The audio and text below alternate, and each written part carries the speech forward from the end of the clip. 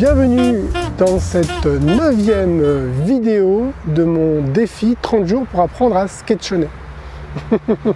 On va le refaire. Bienvenue dans ma 9e vidéo de mon défi 30 jours pour apprendre à sketchnoter.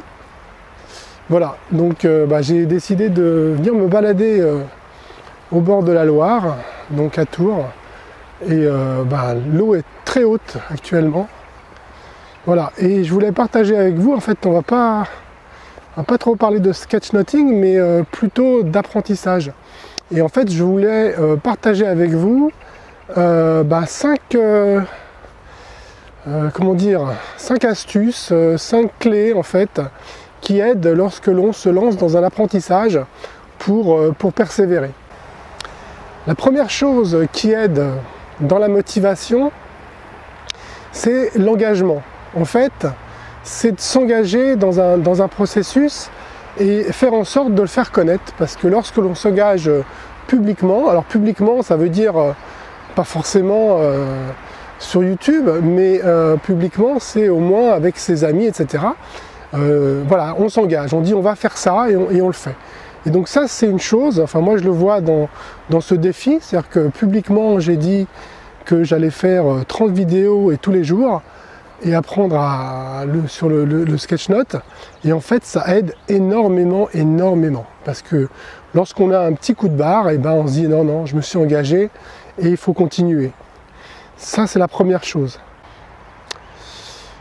Ce qu'il faut savoir aussi, c'est que des fois c'est difficile.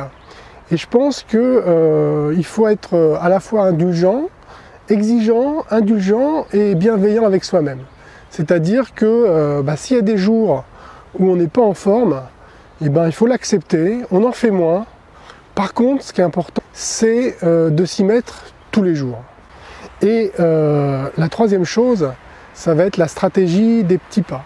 C'est-à-dire que tous les jours, on en fait un petit peu, mais on le fait.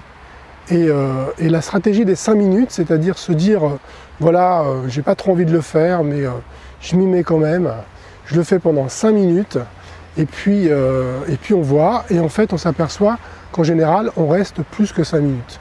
Donc voilà, en faire tous les jours, et surtout ne jamais lâcher. Ça c'est une chose qui est importante.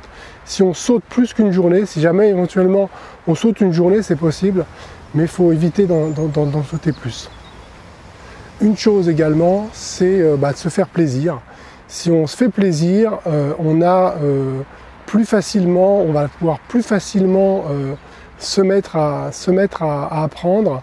Ce qui est important donc, c'est de se faire plaisir et puis de varier les situations, à la fois les situations d'apprentissage et puis les lieux dans lesquels on apprend.